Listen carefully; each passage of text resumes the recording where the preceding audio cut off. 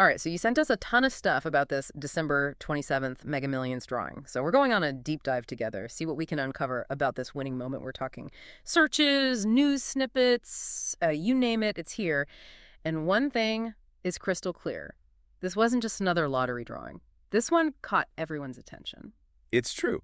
What's really interesting to me is it wasn't just about the numbers themselves, of course. There were the expected searches for winning numbers, and but there's a lot more here that speaks to a much deeper fascination. Okay, so walk me through this. What else were people searching for? Well, right off the bat, there were tons of searches about the location of the winning ticket. Where was a Mega Millions won was a big one.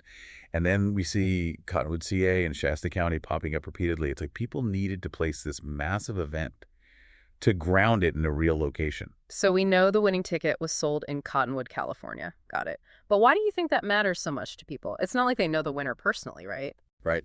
But it taps into something very human. We're drawn to stories. And suddenly this abstract concept of winning the lottery has a face, a place, a small town, no less. Yeah. You can practically picture the celebrations, the rumors swirling around the local diner. I see what you mean. It's like knowing the location adds a whole other layer of intrigue to the story. Exactly. And that's just the beginning. There's another layer to this. And it has to do with the winner themselves. Right. Or should I say the lack of information about the winner. Because they haven't come forward yet. Right. And the search data reflects this. Who won the Mega Millions? What state won the Mega Millions? It's clear people want to know who this instant multimillionaire is. It's interesting, though, because wouldn't you want to stay anonymous if you won that much money? I mean, think of all the attention, the requests for handouts. That's a valid point. And actually, the data supports that, too. There were numerous searches about claiming the winnings, financial advisors, even legal advice related to lottery wins. Clearly, some people are thinking practically about the implications of such a windfall. So it's not all champagne wishes and caviar dreams, huh? Not quite. There's a definite undercurrent of anxiety mixed in with that excitement. And it goes beyond just managing the money. Think about what it means for your identity, your relationships, your whole world, really. When you become that Mega Millions winner. It's almost like winning creates this new identity, this label that you have to wear whether you want to or not. Exactly. And that can be a lot to process, especially when you factor in the intense public curiosity. Remember all those searches about the winner's identity? That's just a glimpse of the potential scrutiny this person is facing. So while some people might be daydreaming about winning, it sounds like the reality can be a lot more complicated, even isolating. Absolutely. And that brings us to another fascinating layer of this deep dive, the psychology of sudden wealth. Okay, I'm listening. Take us deeper down the rabbit hole. Well, think about it. What happens to our sense of self, our values, even our relationships? When we go from ordinary to extraordinary overnight, does money really buy happiness? Or does it just magnify the existing cracks in our lives? That's a pretty heavy question. It is. And the search data, while not giving us definitive answers, does offer some intriguing clues. For example, there were a number of searches related to stress management, therapy, even support groups for lottery winners. So it's not all sunshine and roses. Even for those who hit the jackpot, there's a darker side to consider. Exactly. And I think understanding that darker side, that undercurrent of anxiety and potential upheaval, is key to grasping the full impact of a lottery win, not just for the individual, but for their families, their communities. And maybe even society as a whole. Precisely. And that's where things get really fascinating.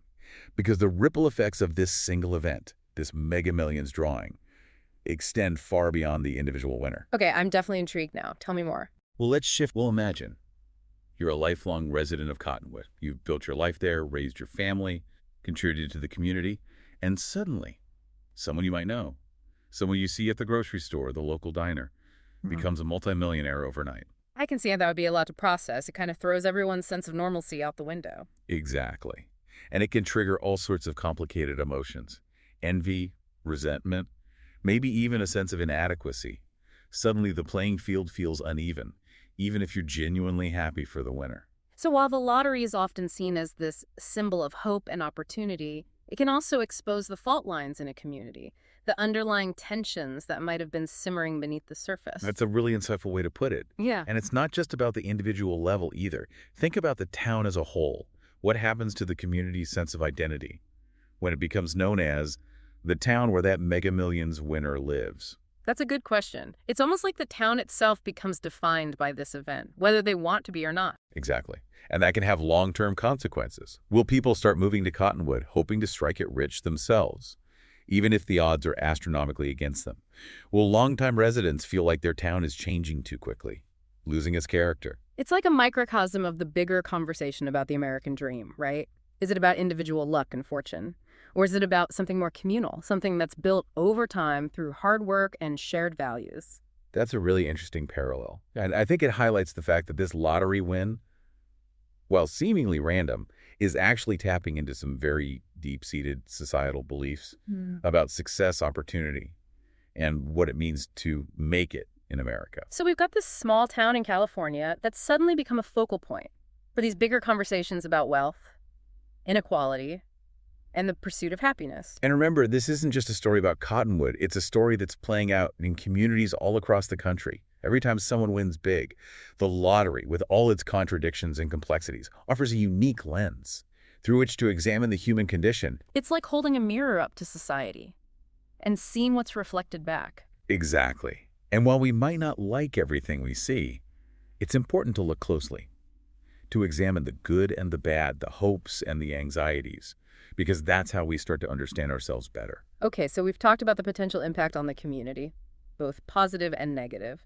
But let's not forget, there's still a missing piece to this puzzle: the winner themselves. Right, the person at the center of all this, the one whose life has been irrevocably changed, and yet we know almost nothing about them. Which makes it all the more intriguing, right? Everyone loves a good mystery. It's true. And the lack of information only fuels speculation. Who are they? What were they doing before they won? What are they going to do with all that money? It's like a blank canvas Yeah. that people are projecting their own hopes and dreams onto. Exactly. And that's where the psychology of anonymity gets really interesting, because it allows us to fill in the gaps, to create our own narratives about who this person might be and what their future holds. We all love a good rags to riches story, don't we? It's almost like a modern-day fairy tale. It is, and I think that's part of the reason why the lottery holds such a powerful grip on our imaginations. It represents the possibility of transformation, of escaping our ordinary lives and becoming something extraordinary. But it's also important to remember that there's a real person behind this story, someone who's navigating a very complex and potentially overwhelming situation. Absolutely.